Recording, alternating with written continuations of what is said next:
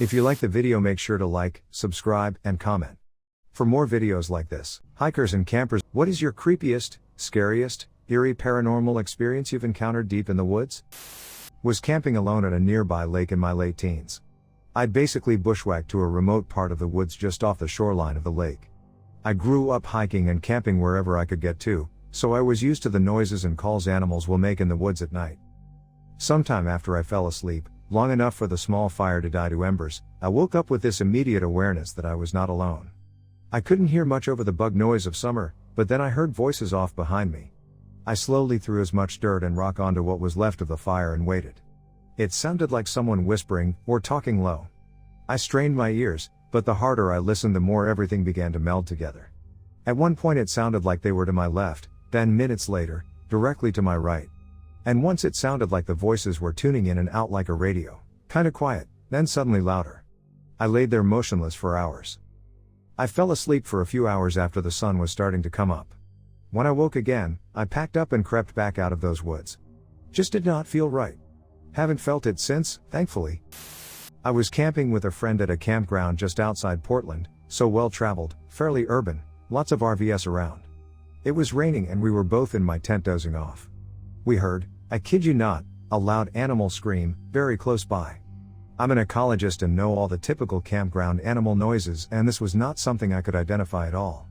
It sounded like it came from something pretty big, but it wasn't a coyote or a raccoon or anything. My closet guess is maybe a cougar, but I wouldn't expect them so close to people in an urban campground, and the sound was not right. My friend heard it too and we just waited in silence. A few minutes later, another one screamed back from across the lake. The next morning when we got up, every dog in the campsite was totally terrified. We saw a few that had been leashed outside and were still hiding under RVs. To this day, I maintain it was either Bigfoot or a massive cougar. One night I was sleeping in my tent up in the Canadian Shield. I heard crunching on the rocks near to me. It got closer and closer. Then things started brushing against my tent. I was terrified, but also stupidly curious. So I poked my head out of the tent to see what was going on, and guess what I saw? Wolves. A whole pack of wolves, sniffing around the tent. They barely even reacted to me poking my head out. Just stared at me and then kept sniffing. I closed the tent back up and hid in my sleeping bag, hoping they didn't decide to rip into my tent and eat me. Was camping up in the Boundary Waters in Minnesota as a kid, and in the early morning hours, we're awakened by this tremendous slap and a huge splash in the middle of the lake. First thought is someone either threw a rock or fired a gun, which would suck when you're that far out in the wilderness. My little 9-year-old self almost shat my pants as another massive smack rippled across the lake. Turns out it was a fucking beaver which, for those who aren't aware, smack the shit out of the water with those massive tails of theirs before they dive under. It's incredibly loud and absolutely obliterates the quiet of the night around it. Also, we heard a rustling in our camp a few nights later and it turned out to be a very bold duck. I was probably 16 or 17 and bombing home from a party on my skidoo late one night. It was a full moon, cloudless night, and the moon illuminated the hills and trees of the northern prairie landscape. I darted between forests along a trail I knew well. Ahead was the river, but my trail crossed it in a place that was reliably frozen solid, especially in cold Februaries like this one. As I approached the river, my trail was a narrow path woven between poplar and black spruce. All of a sudden, a massive moose, silver in the moonlight, stepped into the trail, blocking my path completely. I hit the brake, nearly flying over the handlebars, but I was on a Bravo so I wouldn't have ever had enough speed to fly off, and skidded to a stop just before the river. Shaking, I looked up and into the bush and saw absolutely no evidence of a moose. I figured maybe I was tired and maybe shouldn't have had a couple beers earlier on. I was still a bit out of sorts as I sat back down and started slowly towards the river. Except as soon as I saw the river, I saw that it was open. Had I not stopped, I would have hit the open water going too fast to stop in time, on a sled too small and slow to skip across it. I would have fell into the river, all alone at -20. If I'd made it out, nobody would have been there to help me. I certainly would have died. I have no explanation for that moose. I'm pretty skeptical, I don't believe in ghosts. But that night, that moose saved my life. And if that is what ghosts are like, I'm not afraid of ghosts. My mom and her boyfriend were just telling me the story. This past summer, they were out late one night fishing on a Navajo reservation in Arizona. I can't remember the site, but Maricopa County. They had my dog Sammy with them, and she is very in tune with her surroundings and will let you know when something is around and will protect if needed. but she suddenly just had this low growl and staring into the trees. When Mom's BF got up to investigate, Sammy refused to go, even started whimpering, extremely unusual for her. They could see something, roughly the shape of a man but with horns on its head one way, and 3 more or various kinds in another direction. They didn't do anything, they made no noise, just stared and watched. She initially thought they were the furries that come around and fuck with people sometimes until she tried to capture them on film. Tried to record a video of them, you could see their silhouette in the dark, but when she pointed a flashlight on them, you couldn't see them at all. It was like they vanished in the light. Then would reappear a couple feet away when she turned the light back off. I'd pass it off as my mom and her BF seeing shit, but that doesn't explain why my very alert dog was so bothered. So yeah, my mother is now a very firm believer in skinwalkers. Firstly, I do not believe in ghosts, the paranormal or anything of the sort. Here's my story. I was camping at a lake. Took an afternoon hike around the area with my nephew. I go off trail quite often and did so towards the lake. I came across a crevice in the rocks and went into the area by taking off my backpack and squeezing through. The area was ringed entirely with boulders and the crevice was the only way in. There were rocks/logs arranged around the fire pit in the middle. There was a structure, a primitive outhouse. Had to have been built in place and hand carried in, piece by piece. Inside the outhouse was a bucket with a child's cartoony potty on top, like you'd use for potty training. Sticks were hung all over, tied into figures all of the Blair Witch. Stones stacked in little piles. The area was a good 20 yards off trail. It had this overwhelming sense of dread. My nephew, 13, at the time, was also weirdly terrified and felt uneasy. We left and immediately heard voices. Remote area, there had been no other people around. Instead of heading back towards the voices and the trail, we cut back towards the lake and decided to head back to camp along the lake instead of the trail. As soon as we did, we heard footsteps through the brush and spooked and ran to the lake's edge. There were more stacked stones and stick people, so we bolted again. Eventually, we decided we'd scared ourselves and left. When we came across a large rock outcropping, we cut back into the forest. As soon as we get about 5 feet into the forest, the unsettling feeling returns. By now we're very far off trail and there were no people on the shore. Very distinctly, I hear a small child laughing in the woods. My nephew, not easily scared, grabbed my arm and started to run. I hear more voices as we sprinted to the shore. As soon as we hit the lake edge and clear the forest, the hairs on the back of my neck went down and it felt instantly warmer. We didn't go back into the woods and kept hearing footsteps following us. When we got near camp, we were both sweating and terrified and sprinted the last few hundred feet because we had to go through the forest. There was nobody around. We both heard it. We refused to go back to the area to prove there were sticks bound together or the hidden clearing with the rocks and figures in the woods. The rest of the people laughed, but we heard the laughter and footsteps and never saw anyone. I don't believe in anything paranormal, but someone or something followed us through the woods that day and I never saw another soul the whole way back or while on that trail. When my sister suggested that campground again, I refused. It's not paranormal. I was raised by my grandparents and every summer we would take a camping trip. One summer we went to a new campsite.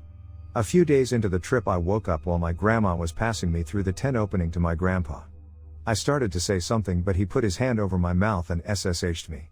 I watched my grandma walk up the hill to the truck as my grandpa followed behind her carrying me. My grandma got in the truck and he handed me to her, then closed the door really slowly and took off hauling ass around the truck, jumped in the driver's seat, slammed his door and drove off really fast. He drove around for a while and I ended up falling asleep in truck. When my grandma woke me up, it was daylight and we were at a sheriff's station. We went in and I sat within my grandma in these chairs while my grandpa went and talked to someone. Then a lady cop came and sat with me while my grandma went back. I had no idea what was going on. We were there for a while. When we left, a couple cops followed us back to the campsite. When we got there, our whole campsite was totally trashed. I had to sit in the truck while they messed around the campsite. I think they took some pictures and then they started putting everything in trash bags. I remember throwing a fit because they were putting my The Little Mermaid sleeping bag and pillow in the trash bag. It was shortly after that movie came out, and my grandpa yelled at me to get back in the truck. It was the only time he ever raised his voice at me. We had to cut the trip short and go home. We ended up stopping at a little carnival on the way home. When I was a teenager, I asked my grandma about it and she told me what happened. My grandpa had gotten up to find somewhere to pee and heard some people walking up the trail towards our campsite. They were talking about how the campsite was up the trail and it was just 2 old people and a little kid there. He figured they didn't have good intentions and came back and quietly woke my grandma, got me, and we got the hell out of there. He didn't know where the sheriff's station was, so we parked at a gas station until it opened and he asked the attendant for directions. Never figured out who did it or how many people there were, but they trashed the campsite. Someone shit in the ice chest and used the sleeping bags to wipe their ass. Pissed all over the bedding. They tried to set the tent on fire, but it didn't take. It also looked like someone jacked off on my pillow. My grandma explained that they'd just discovered the jizz-looking substance all over my pillow when I started throwing a fit for it, and my grandpa was stressed about that, and that's why he snapped and screamed at me the way he did. I still get chills thinking about what they'd planned to do if we were there. Stayed at a cabin in the North Georgia mountains when me and my wife were still dating. Her name is used in a scary movie where people wearing creepy masks knock at the door and ask if so-and-so is home, so trying to be macho I naturally say that casually earlier in the night to freak her out, so she'll snuggle up and get closer to me at night. So it's about 2 a.m. and we're up talking and messing around, when the door swings open. My wife, scared from my earlier comment, swears up and down she locked the door earlier. She has no crap OCD, so I'm sure she did. Me trying to act casual say maybe she didn't know biggie. About 2 minutes later we hear footsteps and laughter on the side of the cabin, followed immediately by a knock on the door. Had to clear the immediate area outside using a pistol I had brought with us. I acted cool but would have shit my pants and probably shot myself if a fucking mouse ran by. Luckily nothing was there and it was our last night. Still freaks me out to this day. Used to run a children's away camp. My boss looked for all the world like a Viking, 2 meters tall, 300 pounds / 150 kilos, glorious beard. This is the one thing he ever told me that scared him. We had just finished with the nightly campfire ceremony, songs and s'mores and shit. At the time, I was raking the coals and pouring water on it to douse the fire. My boss was watching the little kiddos and our counselors walk back to their cabins. On the other side of the clearing, maybe 300 meters / 1,000 away, he kept seeing this shadow pop in and out of the woods. Like someone checking to see if the coast was clear. Just as he was about to walk over and see who it was, he sees it burst out of the woods, running full tilt towards our center cabin. To this day, he says that he didn't see feet. It ran up the long slope, with no loss in momentum. Just as it was going to cross in front of one of the lit windows of the cabin, it vanished in a dark cloud. A few years later, when he felt comfortable sharing what happened with me, we had one of our teenaged counselors, who ran for his school, test it out. He didn't come close to matching its stride. To this day, we don't know what the fuck that was. I've seen, heard and smelled Sasquatch before. The first time I saw one, I was just walking around in the woods near my house, when I saw a roughly 6 feet 6 inches brown-haired creature fording a river. It was bipedal, with its arms swinging as it walked. Bears' front legs don't swing when they walk on their hind legs. I've seen a roughly 6 black-haired creature running through the same woods. A friend has seen these humanoids crouching behind trees and observing us. We tried to figure out how tall one of them was, based on my height. It was crouching, but still somewhere around 5 feet 8 inches-ish, so based on my height, 5 feet 10 inches, we determined it was roughly 10 feet tall. To describe what I've smelled, I don't even know where to begin. I've smelled them twice before, and the second time was the worst thing I've ever smelled. It was like feces had been baked in the sun for hours in a garbage dump. The smell was so overpowering I nearly threw up. The only time I ever heard a vocalization was when a tree broke about halfway up during a windstorm. It snapped and fell over, and I heard a faint howl shortly afterwards. Additionally, in the time since I've been venturing out there, roughly 10 months with over 200 visits, I've had rocks thrown at me 3 times in the past. Once, a rock was thrown at me from the other side of the aforementioned river. Another time was in one of the hotspots for Sasquatch. Lastly, the third was thrown at me when I was just standing with my friend. The third time, I was nearly struck by it. Unfortunately, despite all of this, I don't have any real evidence. Wolves. Maybe. I was a Boy Scout and we were having our annual winter campout. We put up our tents and went to bed pretty early since the sun set at about 5 p.m. It must have been about 2 a.m. when I woke up to the sound of snow crunching around my tent. I'm a light sleeper and there were maybe 3 or 4 of us in our tent and nobody else woke up. It was easily hovering around 0 degrees Fahrenheit all night and the crunching got closer and closer until I could hear sniffing from an animal. The crunching grew louder and louder until I could tell there were 2 animals sniffing around our tent. I was sleeping right next to the door and I had my sleeping bag pulled up around my face and could barely breathe because I was so scared. I didn't want to make a sound so I just sat there with my heart pounding. The sniffs grew louder and I could hear the tent door begin to unzip. The animal had pushed its nose against the door zipper and forced both zippers to separate away from each other, opening the door wide enough for the creatures to enter the tent. My head was fully covered by my bag and beanie and I was certain I was about to die. Both animals immediately plopped down on my feet and I thought for sure they were wolves. After what seemed like an eternity, I mustered up the courage to peek out the top of my bag to see what was going on. The two wolves were actually labs and I went from panic to pure bliss. I'm a huge dog lover and was so happy to have doggos in the tent with me. I slept great the rest of the night and found out that the dogs had escaped their crates from a neighboring camp and went out in search of warmth. They were quickly reunited with their owners and that was the end of it. I got lost in the Quiver River State Park in Missouri overnight wearing nothing but a swimsuit. It was summer and we'd been tubing in the river all day drinking a bit. My friend and I didn't realize it was getting late. We got lost on our way back to the car and once the sun had set there was literally no light. The trees blocked out the moon and the stars. No light, no shadows. Like an empty vacuum. No sounds, it's like everything turned off after the sun went down. You had to feel your way through the forest. Might as well have gone blind. The alcohol had skewed my internal compass but the fear of being stuck in the forest sobered me up and I felt like I had to at least try to find my way back. When the sun sets, the forest drops about 20 degrees or so in temperature. So not only could we not see, but we were freezing.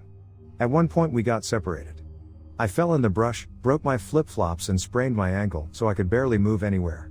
Honestly, I started questioning if I was going to make it out of those woods. We eventually found each other by following each other's voices and decided it would be best to just stay put until the sun rises. She fell asleep. I don't know how because all I could think was that something was going to eat me. Out of the pitch black about 100 yards from us stood three iridescent blue figures. They looked like people but really skinny. Their light was very dim, like a really low frequency UV light. It was the first sign of light or shadow I'd seen since the sun had set. At first I just thought I was losing my mind, but I closed my eyes and opened them and they were still there. They moved around a little bit like they were communicating with each other or something but never got any closer to me. They just stood there watching me. The only way to describe them was that their movements were very wispy. In that forest I was more terrified than I'd ever been in my life, but when I saw them I suddenly felt safe. I feel like I should have been afraid of whatever it was, but I was so traumatized from everything that they brought me a strange kind of peace. It felt like they were looking out for me and that everything was going to be okay. I'll never forget that. When morning came someone had sent out a search party and eventually we were found, over a mile away from my car. Somehow we'd been turned in the opposite direction of my car and were so deep in the brush it took a 15-minute hike, on a sprained ankle, and 20 minutes on a four-wheeler just to reach civilization. There was an EMT and our freaked out parents waiting for us. This was in 2011. Still no clue what it was that I saw. Was told a girl died in the park only a couple weeks before under the same circumstances. I'm glad we made it out alive. My wife and I were camping in the Daniel Boone National Forest in KY for a week. We were just boondocking, meaning we were the only ones around for maybe a mile, just camping where we parked. We had a beautiful site right next to a lake all by ourselves. Anyhow, one night at around 2 a.m. I'm just watching the campfire die, contemplating life. My wife is already in the tent sleeping. All of a sudden, I start to hear sticks and leaves cracking in the woods right next to us on both sides. I call out and no one answers. I see eyes in the dark, 3 sets. 3 big ass dogs, one looked like a damn Saint Bernard, the other 2 looked like some type of boxer, come from both sides and stay in the outlying parts of our camp, kinda circling. My wife wakes up, and I tell her to quickly and quietly hand my bag out to me. She does, and I grab my pistol out and hold it at low ready. I yelled at the dogs, and they stared for maybe 2 minutes before wandering off. Freaked the hell out of me. Camping at Big Tree State Park in California. My wife and I and our 5 kids and 4 dogs decided to let our youngest boys, 8, sleep in their own tent like their older siblings. Wife and I are awoken by our chihuahuas growling but our labs were snoozing. Couldn't get the dogs to settle. Then all of a sudden I hear sniffing and breathing outside the tent wall and the tent well being pushed in. Dogs go nuts. Noise goes away. We scramble out of the tent and get our 2 8-year-olds and the teenagers and all climb back in the family tent. I laid awake all night long. Next morning the ranger came by our campsite and said a mama bear and cubs were roaming the park the night before. He kept right outside our tent. True story here, and still to this date unexplainable. Years ago while I was a senior in high school my friends and I decided we would go camping in the woods behind his house. The woods behind his house were attached to state land and there wasn't anything in them for quite a long ways. The three of us got a big tent from Walmart, filled our backups up with camping supplies, food and a ton of weed and beer. We hiked for a good 10 miles probably until we found a clearing and some trees near a field. The spot was awesome, so we set up camp and started smoking and drinking. Night came and we had an awesome fire going, food cooking, and we were smoking a blunt each and bullshitting. We decided to go back into the tent and hotbox it.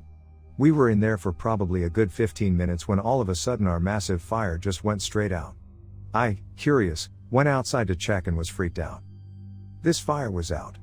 I mean fucking straight out, no embers burning.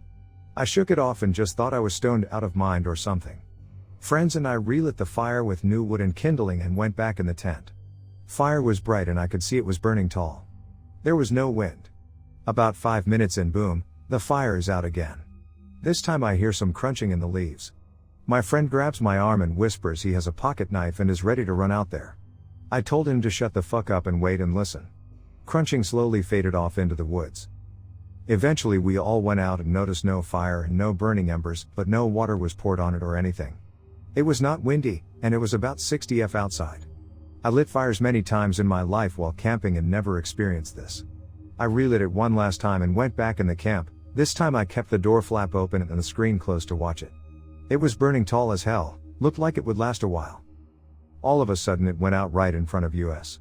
Completely out. It was as if it just poofed into nothing. We all heard crunching in the woods again, like something was walking away from our tent, stopping and then walking away more. This crunching occurred for a good 15 minutes.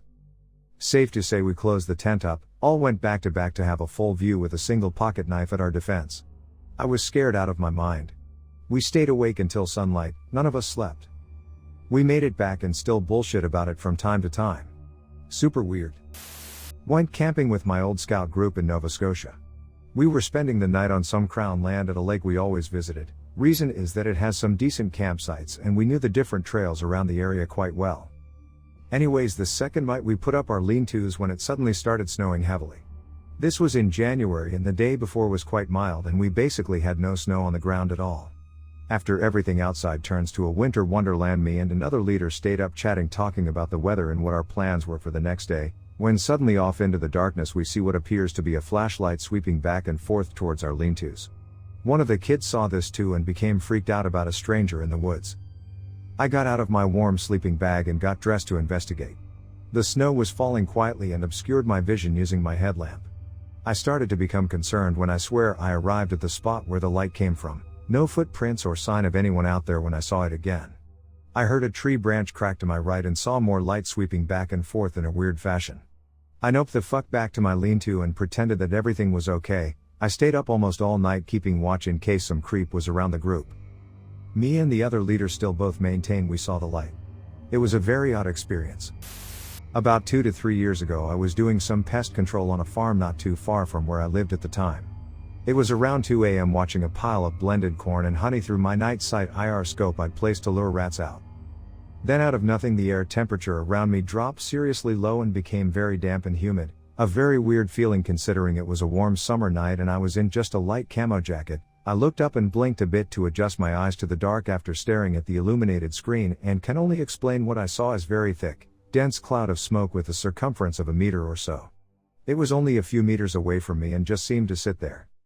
I literally froze solid on the spot and couldn't move. Considering I walk around farmland and wood blocks fairly often, I'm not really afraid of much as far as sounds and things in the dark go, but I also don't believe in the paranormal or stuff like that, so seeing this smoky blob literally stumped me. It eventually seemed to evaporate away and I composed myself and packed my things up and went home. Still have no idea what that was and haven't seen anything like it since. Was solo backpacking to the ancestral Apache Pueblo in the Bandelier National Wilderness near Los Alamos through a lesser traveled back route, turning it into a longer 2-day, 1-night hike. It had been a warm New Mexico spring day, and as I set up my tent near the Apache Pueblo ruins, probably 400 to 500 yards away, it was probably in the low 60s. Forecast called for temps to dip into the high 40s. I hadn't seen anyone all day, and the night was cool and peaceful. Fast forward to the wee hours of the morning. I wake up shivering hard, in my 10-degree North Face goose down bag, in my 3-season tent, i.e., warm gear. My camelback inside my backpack, inside my tent, is frozen. For you backpackers out there, you know this is really, really weird. Temps shouldn't get that low on a spring night in an occupied two-man tent. Lastly, it was dead quiet. Like, nothing. No sound. Nothing. Me moving a toe in my sleeping bag sounded loud. It was the weirdest, quietest, coldest feeling I've ever experienced. I felt tense, and I didn't want to move for fear of making more noise. I hike with a weapon handgun, and not that it would have done me any good, but it made me feel a little better to hold it in my hand. I laid there shivering, trying not to move or make noise, for what felt like an eternity. I suppose I eventually drifted back to sleep because I woke up around 5 a.m. in the pre-dawn twilight and everything was back to normal.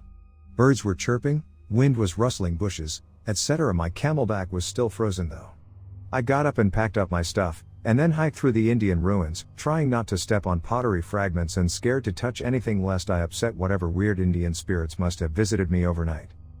I asked the ranger back at the park station if they had experienced any abnormally low temps that night, and he said that it was a normal night with temps in the 40s. When I was little I lived with my grandparents, small farm, nice woods behind them. I played in those woods from the time I was a toddler. Someone had let out their big ol' meat rabbits, or maybe they escaped, and they'd come to the property. Being a toddler they stood about as tall as me. This was the 90s, and one of the movies I watched was Alice in Wonderland. I remember thinking, if Alice followed the big white rabbit into the woods, so should I. These were friendly big rabbits, I think I have pictures somewhere. They would sit and cuddle and get scratched while I fed them horse grain. Off I went following them. I was hesitant, but I loved those rabbits so I kept following. We got to the edge of the sort of cleared woods I was allowed to play in near our swampy ponds. I trailblazed into the woods, mostly walking through the shallow stream because I was too little to be able to stomp down bushes. The rabbits would stop and turn around to watch me follow.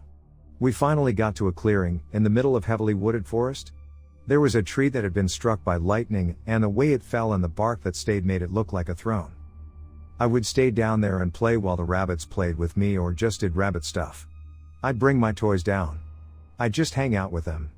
Well, this went on for 3 or so years until I was 6 or 7, I'm assuming the rabbits passed away. My grandpa said one got hit by a car. Without the rabbits I didn't go down in the woods anymore. And I honestly didn't think about it until someone reminded me about them years later when I was 12. I decided I would go back down for old time's sake and just go into the woods to sit and think. It took me forever to get down there since my paths had overgrown, but sure enough my stump throne was there, and some old toy cars were at the base still. I was stoked to find that and sat down in my old spot. I can't remember why, but I decided it was time to go back up. I brought my little Hot Wheels to put them with the rest of my collection and was spinning the wheels as I walked back up and out of the woods. When I got inside I was getting yelled at for disappearing. I thought I was just down there for 20 to 25 minutes, but when I looked out the window it was pitch black out. I had gone down in the early afternoon. When I was little I could always hear when I was being called, yelling for me, whistling, shooting over the hill, banging the cast iron together, etc. Apparently my dad and grandparents had been calling and searching for me everywhere for hours. They called all the neighbors to start a search party. My mom pulled up as they were yelling at me trying to figure out where I was, and she was in tears and pretty much collapsed, hugging and squeezing me to death. I don't know what happened. It was like I was in a bubble that sound, time, or lack of light couldn't penetrate. Probably about 10 years ago was camping with my family. I was younger at the time, maybe 13, in northern Michigan. We had gone down to the lake to do some night swimming. If you haven't done it you should, the sky is stunning. So we are on floats watching the stars when out of nowhere an orange fireball swept across the sky and stopped near the horizon so that we could just see it over the trees. This orange orb of light just hovered there for about 3 minutes and then shot back across the lake in a different direction than it had come. Never saw anything that could stop and change direction that moved that quickly.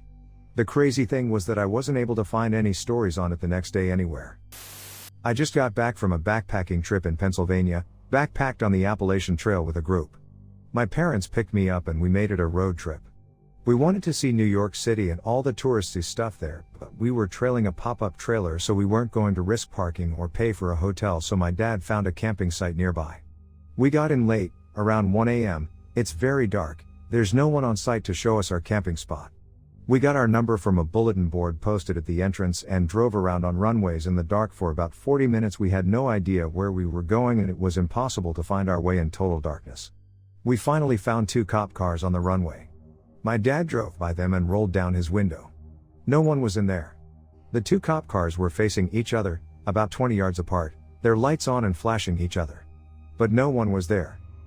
We finally find our spot and it's right in front of an abandoned hangar with lights on it next to an old ambulance car. We figure, hey, it's abandoned, and start unloading. Then a guy comes out with a shotgun. The ambulance isn't abandoned, it's a remodeled RV. We chat for a bit, tell him this place is creepy as hell, and he's like, yeah, it is, that's why I have a shotgun. Anyway, we get unloaded and I'm dead tired, so I immediately fall asleep. When I wake up in the morning, my mom asks us if we heard noises in the night. I slept like a rock, but apparently, my mom couldn't sleep all night cause she kept hearing a clanging noise from the hangar. Later on, I saw a forklift and a compact excavator come out of the hangar. I figured that's the noise my mom heard in the night. I tell my parents, and my dad talks to our neighbor. Our neighbor had been staying at Floyd Bennett Field for a few days and said he never heard any noise or machinery come from the hangar cause the hangar is abandoned. He left later that day. That night, I left my window unzipped to get some air in. I have no idea if I was sleeping or this actually happened, but in the middle of the night, I saw a glowing white light flicker on and off in the hangar. I honestly think I was half dreaming, but nonetheless, it was creepy. Next day, my mom is brushing her teeth early in the morning outside when she claims she saw a man in a white hazmat suit come out of the hangar with a briefcase. My mom freaks out, and finally my dad drops some info on us. Floyd Bennett Field has a long history, but one creepy tidbit is this. During the 21st century, Floyd Bennett Field has been used for dealing with the aftermath of disasters. After the crash of American Airlines Flight 587 into Bell Harbor in the nearby Rockaway Peninsula on November 12, 2001, one of Bennett Field's hangars was used as a makeshift morgue for the crash victims. The noises at night, the lights in the hangar, the machinery, and a guy coming out in a hazmat suit plus it previously being a morgue was enough to get us out of there. We were supposed to stay 3 nights and ended up spending only 2 nights there. Even my dad, who didn't believe what my mom and I were saying, didn't want to stay there. While we stayed there, we never saw anyone around or even in our section except our neighbor in a remodeled ambulance. We saw a few tents here and there, but not actual campers, even at night. During the day, people would fly drones and such on the runway but left after a few hours. All in all, it was creepy. Summer of 2016. 16 years young, hiking with my father and family friend, Steve. We are in the Colorado Uncompahgre Wilderness hiking up Wetterhorn Peak, a full day trip, roughly 15 miles round trip. I'm jamming to my downloaded playlist during most of the time on my hikes while we are at the ridgeline about to make the final ascent to the peak. The terrain starts to get too technical for my dad, and he didn't want me going on without him, so we waited overlooking the Thief Valley that the mountain turns into. I'm listening to my music and I think I hear something, but disregard it as part of a track that just went unnoticed to that point. A moment passes and I hear the noise again. It sounds like someone hollering, but I can't really tell for sure. I mean, if it was someone shouting, I figured that my dad would hear. I decided to take off my headphones just to be safe, and another moment passed. Help me. I'm stuck. I hear it clear as day. I tell my dad that I hear someone shouting for help, and we shout into the mouth of the valley, trying to communicate with this guy shouting for help who we couldn't even see. I am able to get him to hear me and we start shouting to each other across the mountain range. I yell out and ask if he was alright. His response confused me. Call 911, I'm fine, I'm stuck. So we assumed that it was a hiker who had taken the wrong path and needed help getting back. I started to ascend the peak to intercept Steve as he descended to ask if he had any cell signal at the top. Once I reached him, I filled him in on the situation and found that there was no service at the peak. As frantically walking back to my dad with my phone out, in 1 square foot of land I stop and my phone switches from no signal to showing 0 bars, minimal signal. I'm able to get into contact with 911 and fill them in on the situation. I then went to Steve and my dad, who had seemed to spot the hiker on the lower face of the mountain. My dad told me to start trekking to the car, and once he and Steve reached the hiker, he would give me a signal whether or not to drive the truck into town for help. The hiker was a young man in his mid-20s. All he had on him was a t-shirt and shorts, no day pack or water to my knowledge. He had fallen the day before and took quite the tumble. He had been slipping in and out of consciousness for the past 24 hours, which he had thought were 2 to 3 days. He had both ankles broken arm, and a broken neck. When the hiker was yelling "I'm fine," he was actually saying "I'm blind," due to a large gash above his eyes causing both of them to be swollen shut. Luckily 2 helicopters arrived within an hour or 2. One was a standard Medivan chopper and another one was a military helicopter which was equipped with more versatile landing gear. Even luckier was that the only 2 hikers behind us that day was a couple, an EMT and a firefighter. My dad, Steve, and the couple worked together to properly position the hiker and communicate with the medevac chopper. They were able to fly him to Durango to receive emergency treatment. The hiker, Dave, ended up making a full recovery and summiting the mountain the next year. A lot of luck went into this that it may be one of the only experiences that makes me question if there is a higher power. I was hiking in the back country of Great Smoky Mountain National Park with some friends last month. We started a fire around 5 p.m. and let it burn while just hanging out around it until 10 or so. Before going back to our tents, we all peed on the fire and then poured water on it. It was completely out. It then started to rain as we went to bed. I woke up 4 hours later, around 2 a.m., to see shadows moving on the side of my tent. I get up, zip open the window, and see our fire absolutely roaring. I woke up my friend who I was sharing a tent with. We called to our friend in his tent about 10 yards away. No reply. We called out again asking if anyone is there. No reply. Finally my friend in the other tent wakes up and asks what's going on from his tent. We all meet outside by the fire, still going strong, and look around for a sign of anyone being here. Nothing. The ground around the campfire is wet, and the logs we were sitting on were soaked as well. But the fire is still going. We poured more water on it and went to bed. No fucking clue how it started on its own again. My boyfriend, dog, and I camped out along the local river, and because I grew up there I felt comfortable enough sleeping on the ground without a tent. When we first got to the spot I thought I smelled something odd, but when I asked my boyfriend he said he didn't smell anything. After walking around a bit the dog wasn't triggered by anything, but I did see a giant bird fly off in the distance. Later I realized it must have been a turkey vulture because I kept getting whiffs of something dead. My boyfriend fell asleep pretty immediately, but I stayed up a little later reading. I kept getting a really creepy feeling and kept shining my flashlight in the bushes behind us. I finally fell asleep but was woken up pretty soon after to my dog growling. I shined my light in the bushes and sure enough 2 yellow eyes were staring at us and moving around about 20 feet away. I grabbed the hatchet and woke my boyfriend up. He wasn't too concerned and soon fell back asleep. I of course cannot sleep and keep the hatchet in my hand. I drift off, but right before dawn I'm woken up by a noise and see something black running into the bushes. The thing was right next to us and must have been smelling us. My dog was absolutely terrified and shaking but didn't bark at all. I woke the boyfriend up again and we hiked out. So people, don't ignore the sings, listen to your gut instincts, and bring a braver dog than ours when in the wilderness. I'm a female and I went camping by myself at a popular campsite, however it was late in the season. I'm laying there drinking and eating my steak. There is a group of college guys a few campsites over who I ended up giving my can opener to and utensils because they didn't have it. I'm pretty experienced camping by myself in situations like this. It was probably just them and me and the entire campground. All of them did the whole concerned about the girl camping alone and then being big bad guys who can take on anything. All of a sudden I'm sitting there on my log when a couple of guys appear out of the darkness. They old raccoon waddles through my camp. I smack my poking stick onto the log to make it amble away. 10 minutes later I hear horrible girly screams coming from their campsite. And all of a sudden my campsite was filled with a bunch of college guys claiming that they have seen some sort of monster. It had glowing eyes. And a mask. They sit down at my fire shaking, but 10 minutes later here comes Mr. Raccoon again and they freaked out yet again. I did not tell them it was a raccoon. I'm wondering if to this day they believe that they were camping alone when a monster walked though. I live out in the country in cornfields with several wooded areas scattered throughout. One night I was riding my four-wheeler and I could see what looked like the glow of a fire deep within the woods. I stopped and watched for about an hour to see if I could see anyone leave. Suddenly the light went out. After about 30 minutes I was worked up enough dumb courage to ride into the woods. I kept seeing reflective light coming from trees all over the woods. When I looked closer in one of these I realized someone had stabbed a bunch of broken mirror shards of glass into the trees, I'm assuming to act as markers at night. Anyways, I continued deeper and came across a ritual-style circle with candles in the ground surrounding one big candle and a bunch of geometric shapes made from twine and sticks hanging from the tree. Overall a really creepy scene deep in the woods by yourself. Of course in classic horror movie fashion my light on my ATV just turned off. Obviously I freaked the hell out, started my ATV and hauled ass out of there. Halfway on my way out of the woods my light came back on, loose wire connection. And I saw, I think, a person in a black robe off my ATV tracks deeper in the woods. I must have gone 40 miles per hour through the rest of the trails until I was home. Don't know what I witnessed, but it scared the absolute shot out of me.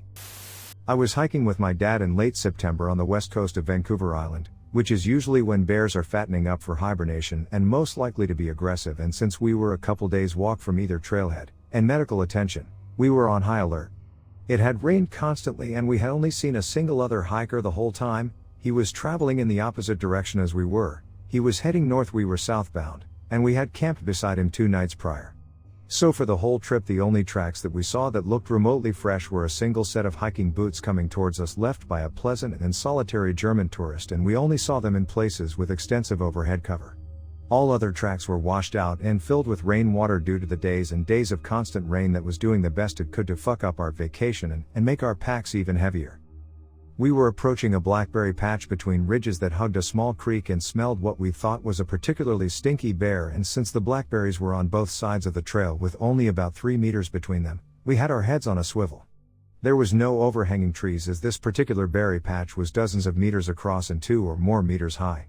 My dad told me to hurry through as quick as we could and made a comment about how smart it was that we were wearing bear bells and how dangerous it is to startle a feeding bear. He was a couple meters ahead of me when I looked down and saw a footprint. It looked like an unchewed human footprint, except that it was 2 inches wider and at least 2 inches longer than mine, and I have size 14 feet.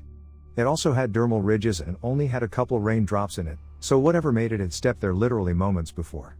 The scariest thing about it was that there was no other print, so whatever had made the track had stepped out of the eastern side of the berry patch across the trail, 3 meters, and into the western patch in a single step. I was so startled I looked around as much as I could before my dad lovingly told me to hurry the fuck up. And that was the only track there that wasn't now a small puddle, so before you discount it as a double-stepping bear paw print, where a bear's back paw steps into the print of its front paw, there is no way a black bear could have crossed the 3-meter distance without leaving more prints. Say what you want about bears, they are not at all graceful. There are also no grizzly bears on the island, and a cougar wouldn't have left a print that looked anything like that, even if it stepped in its own track. It also couldn't have been a hoax because a person couldn't just stand in the berry patch with a pole with a footprint on it, as they would be interacting with bears on a dangerously consistent basis. Also, why would someone sit in a berry patch in the relentless West Coast rain in the hopes of pranking people that might not pass by for days? It doesn't really make sense to go to that much effort, risk that much danger, and basically swim in a lacerating blackberry bush for multiple days. I didn't believe in Sasquatch before that, but now I don't know what to believe. I was a service plumber for years, and that smell is still in my top 5 worst smells of all time. And I will never forget the image of the raindrops hitting that fresh track, as I stared in disbelief. As I have been receiving multiple offers from different podcasts, I feel compelled to add this caveat. I don't now, nor will I ever, consent to the publication of my story, and its reproduction or discussion in any form. Please respect my choice to speak with my own voice. I hiked from the bottom to the top of the UK last summer. 12 weeks and 1,300 miles of pure freedom. It's a great country to hike through. Very easy to stick to the sparsely populated countryside. Nothing too creepy for me, but I met a 20-something Scottish woman doing the same hike. She had 2 stories. One night, it was so warm, she just cowboy camped, no tent, just in a sleeping bag under the stars, woke up in the middle of the night with some dude just sitting a couple feet from her. Thought you might want some company. She bolted up and just sprinted away without her boots. He disappeared. Second, one day while walking along some livestock fields, she turned around to find a dude, in only boots, keeping pace with her, eye contact, and going to town. Again she took off, phoned the local authorities, who started a manhunt. Someone had been murdered a couple nights before and the killer was still at large. One of those situations that really brought home how differently women experience the world. Didn't happen to me, but to my friend. He went camping with a couple of his cousins in a desert area in northern Saudi Arabia, and we have a belief that there are unnatural beings that live in the desert, and if you see any sign of them, just leave that place because they'll probably harm you if you stay there. When it was nighttime, they set up their tent and went to sleep. My friend woke up in the middle of the night hearing strange noises. He said it was people talking, but in an unknown language. Then he heard a noise coming from above. When he looked, he saw footmarks on the top of the tent, like someone walking on the top of the tent. It took a few steps and then it disappeared. He went outside. It was a moonlit night and he saw a figure standing behind the car. He said it looked human but couldn't make out his face, like it was changing as he was looking at him, but he was smiling sometimes. He started saying verses from the Quran to maybe make him leave or something, but the figure kept standing there looking at him and said, "You need to leave this place." Then the figure moved like a shadow to the top of a hill near them and kept standing there looking at him. He went back in the tent and couldn't sleep until the morning. His cousins woke up. He told them they didn't go to that place again. I've heard a lot of stories about them and what they do there, and I live in a town in the desert of Saudi Arabia, and people here have encountered a lot of weird shit.